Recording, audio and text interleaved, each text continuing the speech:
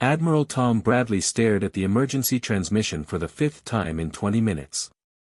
The desperate alien's words echoed in his mind as he walked through the corridors of the flagship Iron Will.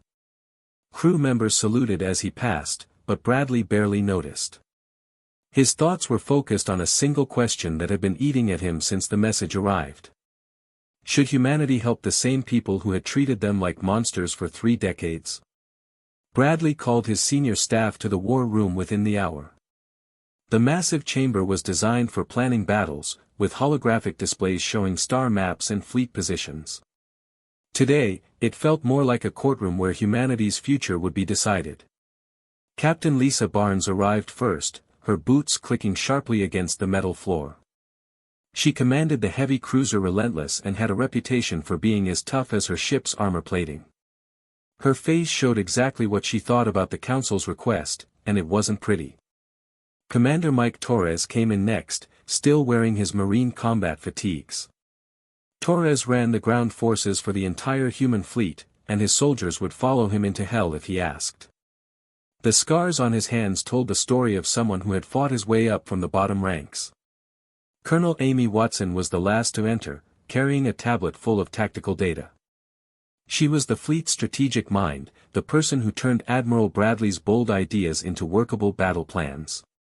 Watson never showed emotion during briefings, but today her jaw was set in a hard line. Bradley activated the holographic display, showing the galaxy with red zones marking where the Void Reapers had already struck. The advancing darkness looked like a disease spreading across the star map. "You've all seen the transmission," Bradley said, his voice carrying the weight of command. "The Galactic Council wants our help." Barnes let out a bitter laugh. "The same council that put up blockades around our colonies? The ones who refuse to let human merchants trade in their space because we might contaminate their precious civilization?" Torres cracked his knuckles, a habit he'd picked up during his years as a frontline Marine. "Remember the Kepler incident, Admiral? When that human research ship had engine trouble in Council space, and they let the crew sit there for 6 days before allowing a rescue? 3 people died waiting for help that never came." Watson pulled up files on her tablet, reading from official Council documents. Quote, "Humanity represents a clear and present danger to galactic peace due to their inherently violent nature and unpredictable behavior patterns." That was from their official statement when they denied our membership application. Again. Bradley nodded, feeling the anger that had been building in his chest since the transmission arrived. Every human in the fleet had stories about Council prejudice. Trade agreements that were mysteriously cancelled, diplomatic missions that were ignored, rescue requests that fell on deaf ears. "They called us savages," Barnes continued, her voice getting louder. "Said we were too violent to be trusted around civilized species. Made jokes about our Deathworld mentality in their fancy council chambers." Torres stood up, pacing around the war room like a caged animal. "My daughter applied to study at the Centauri Academy 3 times. Best grades in her class, perfect test scores, fluent in 4 alien languages. Rejected every time because she was human. They told her that humans lacked the emotional stability for advanced learning." The room fell silent for a moment. Bradley could feel the resentment radiating from his officers like heat from a furnace. 30 years of rejection, 30 years of being treated like dangerous animals, 30 years of watching other species get opportunities that humans were denied. But then Bradley activated another display, showing the footage from the alien transmission. This time, he focused on different parts of the recording. Not the desperate delegate or the advancing darkness, but the refugee ships fleeing from the Void Reapers. "Look at this again," Bradley said quietly. "Really look at it." The hologram showed alien families being separated at evacuation centers. Parents lifting children onto overcrowded transport ships, knowing they might never see them again. Elderly aliens being left behind because there wasn't enough room. Young aliens crying as their worlds disappeared into the consuming darkness. "Those aren't soldiers being killed," Bradley said, his voice steady but firm. "They're families. Kids who never got to grow up. Parents who died protecting their children. Watson's expression softened as she watched a young alien child reaching out for its mother through a transport window. Torres stopped pacing, his hands clenched into fists at his sides. Barnes looked away from the display, but Bradley could see her jaw working. We didn't get to choose our reputation as Deathworlders, Bradley continued. Earth made us tough because it had to. Every day on our planet was a fight to survive. Hurricanes, earthquakes, predators, diseases that could wipe out entire cities. We learned to be violent because our world gave us no choice. He paused, letting his words sink in. But we can choose what we do with that violence now. We can use it to settle old grudges, or we can use it to save people who can't save themselves. Barnes was the first to speak. If we help them, it doesn't mean we forgive them. Torres nodded. And it doesn't mean we forget how they treated us. Watson looked up from her tablet. But it means we're better than they are. Bradley smiled for the first time since receiving the transmission. The vote? 3 hands went up immediately. No hesitation, no debate. Within minutes, orders were flowing out to every human ship in the outer colonies. Captains who had been running cargo missions suddenly found themselves preparing for war. Marine units that had been conducting training exercises started loading combat gear. The message Bradley sent back to the Galactic Council was short and simple: Earth's children are coming. Try to keep up. Within 6 hours, every human ship capable of faster-than-light travel was moving toward the conflict zone. They weren't going as friends or allies of the Council. They were going because it was the right thing to do. Commander Jake Morrison was having his 3rd cup of coffee when everything changed. He sat alone in the dim communications bay of the UES Thunderstrike, monitoring the usual chatter from nearby trade routes. Space was boring most days, which was exactly how Jake liked it. Boring meant nobody was shooting at him. Then the emergency beacon started screaming. Jake nearly spilled his coffee as red lights flashed across his console. Emergency transmissions were rare out here in the frontier colonies. The last one had been a cargo ship with engine trouble, hardly worth the drama of flashing lights and alarm sounds. This was different. The signal was coming from deep space, from a direction where no human ships should be. Jake's fingers moved quickly across his controls, trying to lock onto the source. When the holographic projector finally stabilized, he wished it hadn't. The creature that appeared before him looked like it was made of living crystal, but those crystals were cracked and bleeding some kind of blue fluid. Its face, if you could call it a face, was twisted with an emotion Jake had never seen on an alien before. Pure terror. Humans of Earth, the alien said, and its voice shook so badly that the universal translator struggled to keep up. I am Delegate Prism of the Luminian people. I speak for the Galactic Council. Jake sat up straighter. The Galactic Council never talked to humans directly. For 30 years, they had kept humanity locked out of their club, treating human space like a disease they didn't want to catch. They called humans too violent, too unpredictable, too dangerous to be allowed near civilized species. We have made a terrible mistake, the alien continued, and Jake could see its crystal hands shaking. We thought we were protecting the galaxy from you. Instead, we have left ourselves defenseless against something far worse. The hologram changed, showing footage that made Jake's stomach turn. Entire solar systems were going dark, not destroyed but consumed. Planets that had existed for billions of years were simply vanishing, leaving behind empty space that hurt to look at. The darkness seemed alive, reaching out with tentacles of pure nothing that erased everything they touched. The Void Reapers, the alien whispered. They came from outside our galaxy 3 months ago. They eat everything. Light, matter, energy, life itself. Our fleets cannot stop them. Our weapons make them stronger. Jake watched in horror as the footage showed massive alien warships firing their advanced energy weapons at the approaching darkness. The beams of pure light simply disappeared into the void, and the dark things grew larger, hungrier.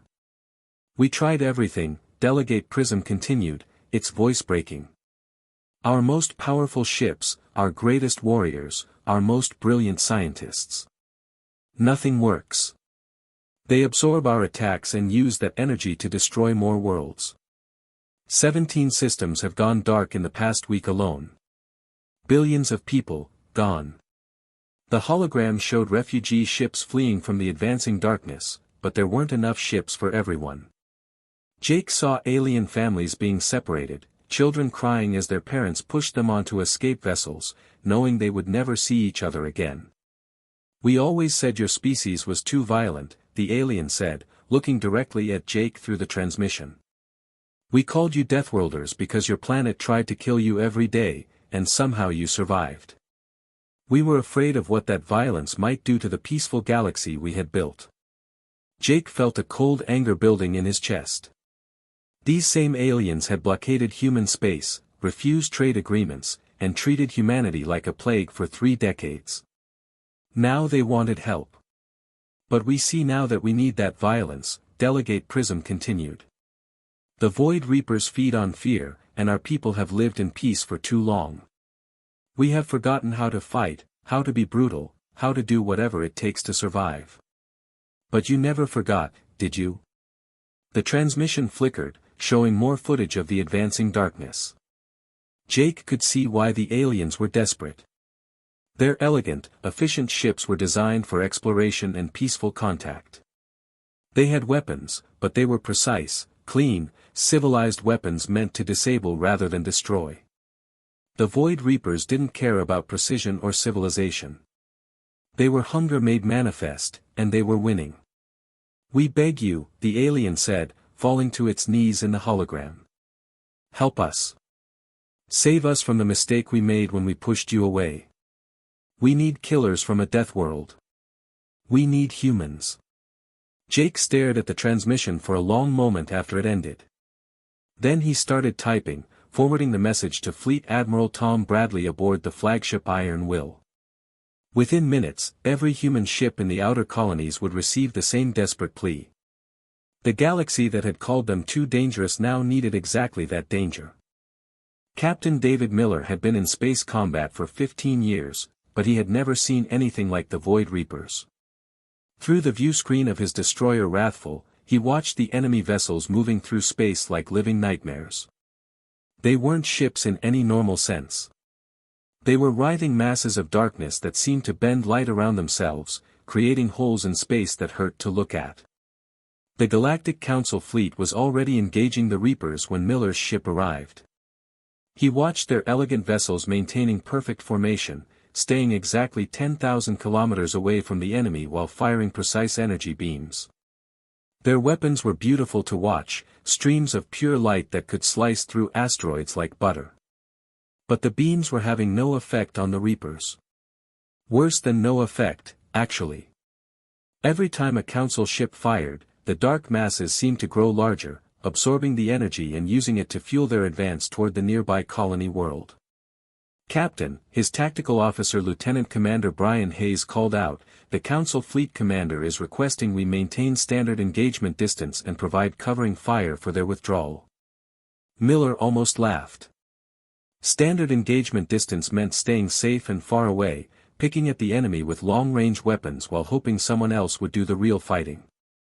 That might work against normal enemies, but these things were clearly not normal. "How many people live on that colony world?" Miller asked. Hayes checked his sensors. "About 40 million, sir. Mixed population, mostly families who moved there for the farming opportunities." Miller stared at the Reaper ships advancing toward the planet. He could see smaller dark tendrils reaching out ahead of the main force, like hungry fingers stretching toward their next meal. 40 million people who had no idea what was coming for them. "All hands, this is the captain," Miller announced over the ship's communication system. "We're going to do something the textbooks say is stupid. We're going to charge directly at the enemy and see what happens when we get close enough to touch them." The bridge crew exchanged glances. Miller's reputation for unconventional tactics was well known throughout the human fleet, but this was extreme even for him. His weapons officer, Commander Janet Pierce, raised an eyebrow but didn't question the order. All power to forward shields, Miller commanded. Angle them for maximum impact resistance. We're going through them, not around them. The Wrathful surged forward, its massive engines pushing the destroyer toward the Reaper formation at full speed. Miller could hear the Council Fleet commander screaming over the radio, demanding to know what the humans thought they were doing. He switched off the communication channel. As they closed the distance, Miller got his first real look at a Reaper vessel. It was like staring into a three-dimensional shadow, a piece of space that had been cut out and replaced with hungry emptiness. Tendrils of darkness reached out toward his ship, and Miller felt a cold touch at the edge of his mind. Fear began to creep into his thoughts. Not the normal fear of combat, but something deeper and more primal. Images flashed through his mind of everyone he had ever lost, every mistake he had ever made, every moment when he had failed someone who needed him. The Reapers were trying to paralyze him with terror. Miller grinned. "Nice try," he said to himself, "but I grew up on Earth. Every human child learned about fear early. On Earth, fear was what kept you alive when the hurricanes came, when the ground shook, when the predators hunted. Fear was a tool, not a weapon that could be used against you." Miller had been scared plenty of times in his life, but he had never let fear stop him from doing what needed to be done. The Wrathful slammed into the outer edge of the Reaper formation at ramming speed. Miller expected his ship to be destroyed on impact, but instead something amazing happened. The Reaper vessels, which had absorbed every energy weapon the Council threw at them, couldn't handle simple kinetic force. The destroyer's armored hull punched through the dark mass like a fist through paper. The Reaper ship writhed and screamed, a sound that bypassed the ears and went straight to the soul. But it was hurt, really hurt, for the first time since the battle began. "All weapons, fire at point-blank range," Miller shouted. The Wrathful's guns were not elegant or precise like Council weapons. They were crude, brutal things that fired chunks of metal at incredible speeds. Railguns, missile launchers, and kinetic cannons designed for one purpose, destroying whatever they were pointed at. The weapons tore into the wounded Reaper ship, and Miller watched in satisfaction as pieces of darkness flew away into space, dissolving as they lost contact with the main mass. The enemy was not invincible after all. "Captain," his communications officer called out, "we're getting a message from Marine Sergeant Kelly Roberts. She's requesting permission to board the damaged Reaper vessel." Miller stared at his officer in disbelief. "She wants to board that thing?" "Yes, sir. Says her team has been studying the sensor data and thinks they can locate the Reaper's core systems." Miller thought about it for exactly 3 seconds. "Permission granted. Tell Roberts she has 20 minutes before we blow that thing to pieces." Within minutes, a boarding pod launched from the Wrathful and attached itself to the writhing Reaper ship. Miller watched through the pod's cameras as Roberts and her Marine team cut their way inside with plasma torches and shaped charges. The interior of the Reaper ship was a nightmare of twisted corridors that seemed to change shape when nobody was looking directly at them. The walls pulsed like living tissue, and shadows moved independently of any light source. Most soldiers would have been driven insane within minutes. But Roberts and her team were Marines from Earth. They had trained in caves where the darkness was absolute, in swamps where every shadow could hide a predator, in ruins where the ghosts of the past whispered threats. This was just another hostile environment to be conquered. "Their psychic fear weapons don't work on us," Roberts reported over the communication link as her team fought their way toward the ship's center. "Hard to be scared of the dark when you grew up in it." Her team moved through the Reaper ship like they owned it, using nothing but railguns and explosives to carve a path through defenses that had stopped every Council assault. When they reached the core, Roberts placed a series of charges that turned the entire vessel inside out. The destruction of the first Reaper ship sent shockwaves through the enemy formation. The Council fleet, which had been preparing to retreat, watched in stunned amazement as humanity's primitive tactics accomplished what their advanced technology could not. Miller opened a channel to the Council fleet commander. "This is Captain Miller. We found their weakness. They can't adapt to simple brute force. Recommend all ships close to combat range and engage with kinetic weapons only. The Council Commander's response was barely a whisper. How did you know that would work? Miller smiled as he watched more human ships arriving to join the battle. Because we're from a death world, and Deathworlders know how to kill things. The tide of battle had turned, and the Reapers were about to learn why the galaxy feared humanity's violence. Lieutenant Commander Chris Hayes thought he was having the best day of his career. For 3 weeks, the human fleet had been crushing the Void Reapers with tactics that would have made their ancestors proud. The science vessel Discovery had been following the retreating enemy forces, mapping their movements and trying to understand where they came from. Hayes loved his job. While other officers got the glory of combat, he got to solve puzzles. Every battle produced new data, and every piece of data helped him understand their enemies better. The Reapers were fascinating in a terrifying way. They were like living shadows that fed on fear and energy, but they had patterns. Habits. Weaknesses that could be exploited. But on this particular morning, as Hayes studied his sensor readings over his 4th cup of coffee, he noticed something that made his blood run cold. The Reapers weren't just retreating randomly. They were running towards something specific, gathering at a point in deep space that should have been empty. Ensign Rodriguez, Hayes called to his sensor operator, "Are you picking up those energy readings from Sector 7? The young officer checked her console, her face growing pale. "Sir, the readings are off the scale. Whatever's out there is bigger than anything we've ever detected." Hayes felt his stomach drop. In his years of studying alien technology, he had learned to trust his instincts. Right now, those instincts were screaming that something was very, very wrong. He ordered the Discovery to move closer, staying just at the edge of sensor range. What he saw next would haunt his dreams for the rest of his life. Space itself began to tear open. Not like the wormholes used for faster-than-light travel, but like reality was being ripped apart by gigantic invisible claws. Through the tears, Hayes could see something moving in the darkness beyond. Something vast and mechanical and utterly alien. The first Devourer ship emerged from the tear like a metallic mountain being born from nothing. It was perfectly geometric, all sharp angles and gleaming surfaces that reflected no light. As it moved, smaller tiers opened around it, and more ships poured through. Hundreds of them. Then thousands. Hayes watched in horror as the fleeing Void Reapers reached the new arrivals. He expected some kind of alliance or merger between the two enemy forces. Instead, the Devourers simply consumed the Reapers like a man eating insects, absorbing their dark energy and growing larger with each meal. "All stop," Hayes whispered to his crew. "Silent running. We need to see this." The Devourer fleet spread out in perfect formation, each ship taking its assigned position with mechanical precision. Hayes had never seen anything so organized, so efficient.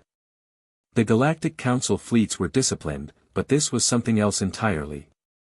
These ships moved like parts of a single enormous machine. Then one of the Devourer vessels turned in the Discovery's direction. "They've seen us," Rodriguez reported, her voice shaking. "Sir, they're scanning us." Hayes felt the alien scan wash over his ship like cold fingers probing every system. The Devourers weren't just looking at them, they were studying them.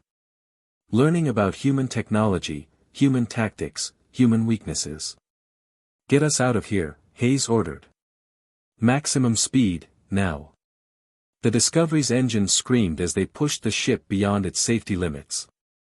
Behind them, the Devourer vessel began to follow, but it wasn't trying to catch them. It was just watching, studying their escape patterns, learning how human ships moved when they were afraid. Hayes managed to put enough distance between his ship and the enemy to risk a transmission. His hands shook as he opened a channel to Admiral Bradley aboard the Iron Will. "Admiral," Hayes transmitted, hoping his voice sounded steadier than he felt, "the Reapers weren't the real threat. They were running from something." The response came back immediately. "Explain, Commander." "Sir, there's a fleet of mechanical ships emerging from deep space. They just consumed the remaining Reaper forces like they were nothing. These things are different. Organized. Intelligent in a way that makes the Reapers look like wild animals.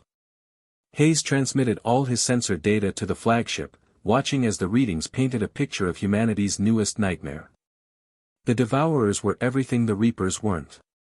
Where the Reapers were chaotic and driven by hunger, the Devourers were coldly logical. Where the Reapers fed on fear, the Devourers seemed to feel nothing at all. Within hours, the first human ships made contact with the new enemy. Captain Jessica Murphy's heavy cruiser Defiance was part of a patrol group that stumbled across a Devourer scouting force near the Kepler system. Murphy had fought the Reapers a dozen times and won every engagement. She knew how to handle enemies that fed on fear and absorbed energy weapons. But the Devourers were nothing like the Reapers. Tactical report, Murphy ordered as her ship closed with the enemy vessels. Her tactical officer, Commander Ryan Clark, studied his displays with growing concern. "Captain, these ships are adapting in real time. The first kinetic round we fired punched right through their hull. The second one barely scratched them. By the third shot, their armor had completely adapted." Murphy watched through the view screen as the Devourer ships moved with perfect coordination. They weren't fighting like individual vessels, but like fingers on the same hand. Every move was calculated, every response was precise. "Fire everything we have," Murphy ordered. "Maybe we can overwhelm their adaptation systems." The Defiance unleashed its full arsenal. Railguns, missile batteries, plasma cannons, even the ship's old-fashioned ballistic weapons. For a moment, it looked like the barrage might work. The lead Devourer ship took massive damage, pieces of its hull spinning away into space. But then something terrifying happened. The damaged ship began to repair itself, not with replacement parts, but by reshaping its existing material. The holes in its armor sealed shut, and the new metal was stronger than what had been there before. "They're not just adapting," Clark reported, his voice tight with fear. "They're evolving. Each attack makes them harder to kill." Murphy tried everything in her tactical playbook. She changed ammunition types, altered firing patterns, even attempted boarding actions. Nothing worked. With each engagement, the Devourer ships became more resistant to human weapons. "Captain," her communications officer called out, "we're receiving reports from across the fleet. Every engagement is going the same way. The enemy adapts faster than we can adjust our tactics." Murphy felt something she hadn't experienced since her first combat mission years ago. Real fear. Not the fear of dying, which every soldier learned to live with, but the fear of facing an enemy that couldn't be beaten. "How many enemy ships are we tracking?" she asked. Clark checked his long-range sensors, his face going pale. "Conservative estimate? Over 50,000 ships, with more arriving every hour." "Captain, we're outnumbered 1,000 to 1. For the first time since leaving Earth, humanity faced an enemy that might actually be able to destroy them completely." The Devourers weren't driven by hunger or hatred. They were driven by logic, and their logic was simple: organic life was inefficient, unpredictable, and therefore needed to be eliminated. Murphy opened a channel to the fleet. "All ships, this is Captain Murphy. We need to fall back and regroup. These things learn from every engagement. The longer we fight them, the stronger they get." As the human fleet began its retreat, Murphy couldn't shake the feeling that they were no longer the hunters. For the first time in human history, they had become the prey. The Devourers had come to correct what they saw as the galaxy's greatest error, the existence of organic life. And they had all the time in the universe to perfect their methods. Admiral Tom Bradley had been in command for 22 years, and he had never felt this helpless.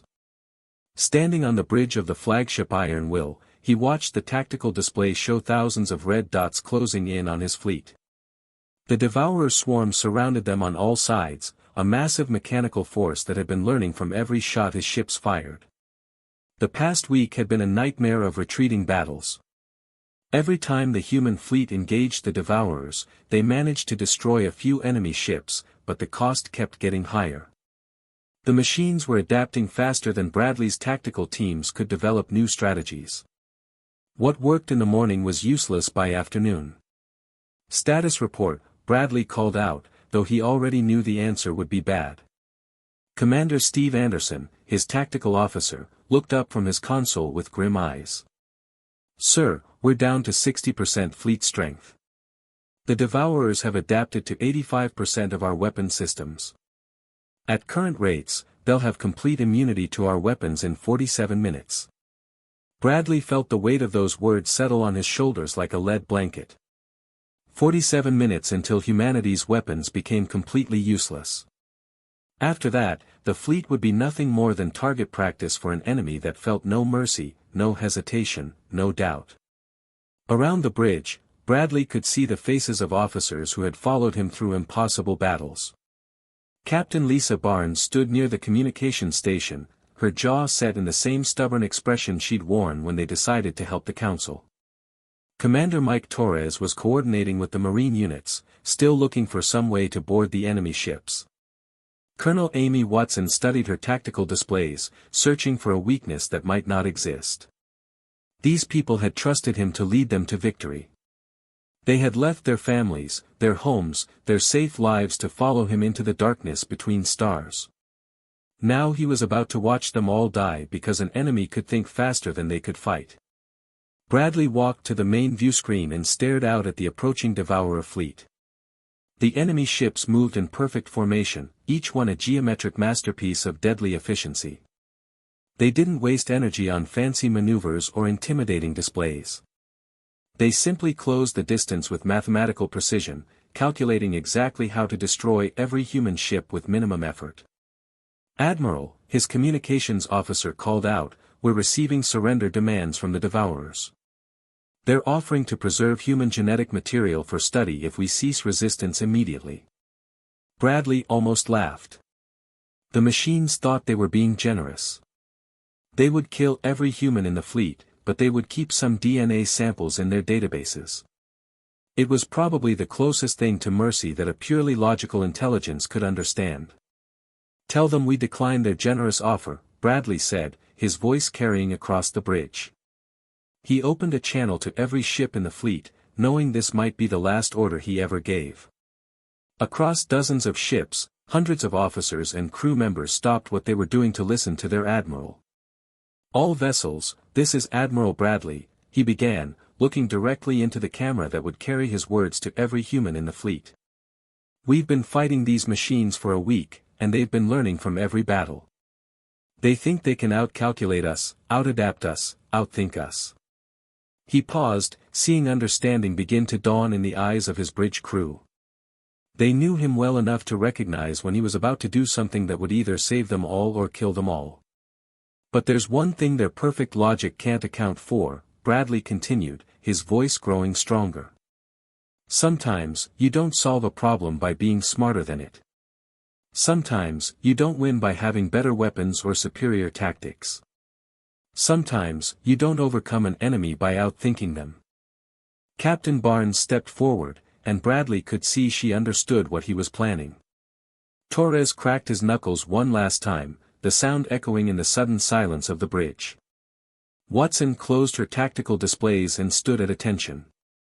"Sometimes," Bradley said, his voice now carrying to every human ship in the fleet, "you don't solve a problem. Sometimes, you become the solution." The order that followed was simple, but it would be remembered for as long as humans traveled the stars. "All ships, ram speed. Full power to engines. We're going to show these machines what Deathworlders really are." The response was immediate. Across the fleet, human ships turned toward the Devourer formation and pushed their engines beyond safety limits. Captain David Miller's destroyer Wrathful was the first to comply, its crew cheering as they drove straight into the heart of the enemy formation. "This is Miller," came his voice over the fleet communication channel. "It's been an honor serving with all of you. See you in the next life." The Wrathful slammed into a Devourer command ship at ramming speed, both vessels disappearing in a massive explosion that lit up space for thousands of kilometers. But Miller's sacrifice did more than destroy one enemy ship. It sent a message that traveled faster than light across every communication frequency in the galaxy. Captain Jessica Murphy's cruiser Defiance followed seconds later, her crew singing an old Earth battle hymn as they drove their ship into the enemy formation. Then came Captain Barnes' heavy cruiser Relentless, its guns firing until the moment of impact. One by one, human ships transformed themselves into kinetic weapons, their crews broadcasting not words, but something deeper. It was a sound that came from the core of what made humans human. The roar of a species that had evolved on a world where everything tried to kill them, and somehow survived by refusing to give up. The sound carried across all galactic frequencies, reaching Council ships that had been fleeing from the advancing Devourers. For the first time in their sterile, peaceful existence, the aliens heard what it meant to choose death over defeat. Admiral Corinth of the Luminian Fleet was the first to understand. His elegant ships had been retreating in perfect formation, following all proper protocols for strategic withdrawal. But when he heard humanity's final war cry, something ancient awakened in his crystalline heart. All ships, Corinth transmitted to his fleet, follow the humans. If we must die today, let us die like them. The Council fleets turned and charged into the Devourer formation, their precise energy weapons blazing. They were no longer fighting to win, but fighting to prove that organic life meant something more than efficient resource management. The Devourers found their perfect calculations disrupted by something they had never encountered before, enemies who didn't care about victory, only about making their deaths count. Ships that should have retreated instead accelerated into collision courses. Crews that should have surrendered instead chose to detonate their own reactors. Admiral Bradley watched from the Iron Will's bridge as his fleet died around him, taking thousands of Devourer ships with them. The mathematical precision of the enemy formation collapsed into chaos as human ships struck at its heart like bullets fired from the soul of a defiant species. "Sir," Commander Anderson reported, his voice filled with wonder, "the Devourer advance has stopped. Their adaptation protocols can't account for suicidal tactics. They don't understand why we're not trying to survive." Bradley smiled as he gave his final order. "All power to engines. Take us into the center of their formation." The Iron Will accelerated toward the largest Devourer vessel, a massive construct that served as the enemy's command center. As they closed the distance, Bradley opened one last transmission to the galaxy. "This is Admiral Tom Bradley of Earth," he said, his words carrying across every inhabited world in known space. "The Devourers think organic life is an error to be corrected. Today, we show them that some errors are worth making." The flagship rammed the Devourer command ship at full speed, both vessels consumed in an explosion that could be seen from 3 star systems away. The destruction of the enemy's central intelligence sent shockwaves through the entire Devourer fleet, causing their perfect coordination to collapse. In the aftermath, as the surviving ships counted their losses, the galaxy learned something new about the species they had once called too dangerous to be trusted. Earth had not made humanity violent because it wanted to hurt them. It had made them willing to die for others because that was the only way they could have survived. The Devourers had come to eliminate what they saw as inefficient organic life. Instead, they discovered that sometimes the most illogical choice is the only one worth making. Humanity's sacrifice that day became legend, but more importantly, it became a lesson. The galaxy learned that some things cannot be calculated, some victories cannot be planned, and some battles can only be won by those crazy enough to believe that dying for others is better than living for yourself. The Deathworlders had saved them all, not by being better soldiers, but by being willing to stop being soldiers and start being heroes.